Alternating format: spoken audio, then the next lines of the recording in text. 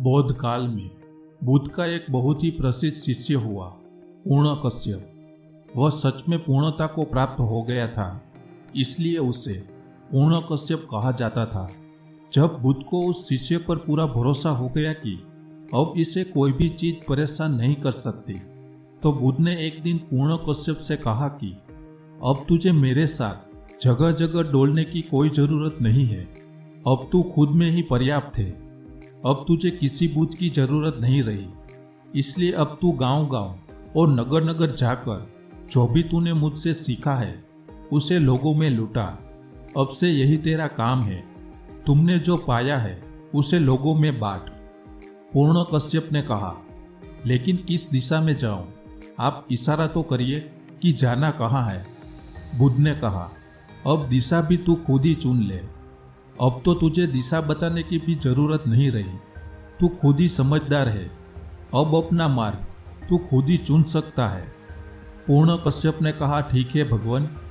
तो फिर मैंने अपना मार्ग चुन लिया। बिहार में एक गांव है सुखा नाम का, मैं वहीं जाऊंगा। बुद्ध ने कहा, तू एक बार फिर सोच ले। वहां जाकर तू बहुत बड़ी उलझन मोल ले रहा है। बड़े ही दुर्जन और जंगली लोग रहते हैं वहां। उन्होंने आज तक किसी सन्यासी को न देखा होगा। तेरा जीना मुश्किल कर देंगे वे लोग। बड़ा रस आता है उन्हें दूसरों को दुख पहुंचाने में। बड़े दुष्ट लोग हैं, इसलिए तू वहां मत जा। पूर्णकश्यप ने कहा, इसलिए तो मेरा जाना जरूरी है। कब तक जंगलियों की तरह रहेंगे वे लोग? कब तक वो ऐसी दुष्प्रवृत्ति का जीवन जीते रहेंगे? कब तक उन्हें पशुओं की तरह जीने दिया जाए? आखिर किसी न किसी को तो वहां जाना ही होगा। उन्हें मेरी जरूरत है, इसलिए आप मुझे वहां जाने की आज्ञा दे। बुद्ध ने कहा, फिर कहता हूं, एक बार सोच ले। ऐसा ना हो कि बीच सफर से ही वापस लौटना पड़े और तेरा काम अधूरा ही रह जाए। पूर्णकश्यप ने कहा, जो सोचना था सोच लिया बुद्ध। अब तो बस आप आज्ञा प्रदान करें। बुद्ध ने कहा, ठीक है तू जा, लेकिन जाने से पहले मेरे 3 प्रश्नों के उत्तर देता जा। पहला, अगर उन्होंने तुझे गालियां दी, तेरा अपमान किया, तब तू क्या करेगा? तेरे मन में कैसे विचार उठेंगे? पूर्णकश्यप ने कहा, यह प्रश्न भी आप मुझसे पूछते हैं। आपको तो पता ही है कि अगर उन लोगों ने मुझे गाली दी, मेरा अपमान किया, तो मेरे मन में प्रसन्नता के भाव उठेंगे। यह सोचकर कि कितने भले लोग हैं, सिर्फ गालियां ही दे रहे हैं, मार नहीं रहे, वरना मार भी सकते थे। बुद्ध ने कहा, ठीक है, लेकिन अगर वो तुझे मारना शुरू कर दे, जो कि वो कर सकते हैं क्योंकि जंगली है, तब तेरे मन में कैसे विचार उठेंगे? पूर्णकश्यप ने कहा, तब भी यह पूर्ण यह सोचकर खुश होगा कि सिर्फ मार ही रहे हैं, मार तो नहीं डाल रहे हैं, वरना जान से भी मार सकते थे। बुद्ध ने कहा, अगर उन लोगों ने तुझे जान से ही मार दिया, तब मरते वक्त तेरे मन में क्या विचार चल रहे होंगे? पूर्णकश्यप ने कहा, यह बात भी आप पूछ रहे हैं?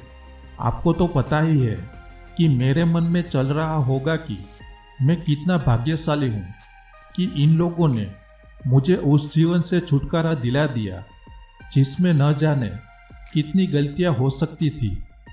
यह सुन बुद्ध ने कहा, अब तू जहां जाना चाहे तू जा। अब तेरा कोई कुछ नहीं बिगाड़ सकता। अब तुझे कोई गाली नहीं दे सकता। अब कोई तेरा अपमान नहीं कर सकता। अब कोई तुझे मार नहीं सकता। ऐसा नहीं है कि वो तुझे मारेंगे नहीं, तुझे गाली नहीं देंगे। हो सकता है कि उनमें से कोई तुझे जान से ही मार दे, लेकिन अब वो केवल तेरे शरीर को ही मार सकते हैं, तेरे बाहरी शरीर को ही गाली दे सकते हैं, सिर्फ उसी का अपमान कर सकते हैं। अब वो तेरी आत्मा व तेरे मन के साथ कुछ भी नहीं कर सकते। सारा खेल मन का है कि कैसे हम इस दुनिया को देखते हैं, कैसे विचार अपने अंदर पालते हैं। उसने मुझे मारा, उसने मुझे गाली दी, उसने मुझे लूट लिया, उसने मेरा अपमान किया। जो ऐसी गांठें मन में बनाकर नहीं रखते, उनका बैर शांत हो जाता है। मन में बैर रखकर जीना नरक में जीने के समान है। इस दुनिया में कहीं और कोई नर्क नहीं। मन में शत्रुता रखकर जीना ही नर्क में जीने के समान है। हम जितनी ज़्यादा शत्रुता अपने आसपास बढ़ाते चले जाते हैं, हम उतना ही बड़ा नर्क अपने लिए बनाते चले जाते हैं। हम जितनी ज़्यादा मित्रता अपने आसपास बढ़ाते चले जाते हैं, हम उतना ही बड़ा स्वर्ग अपने लिए खड़ा करते जा रहे हैं।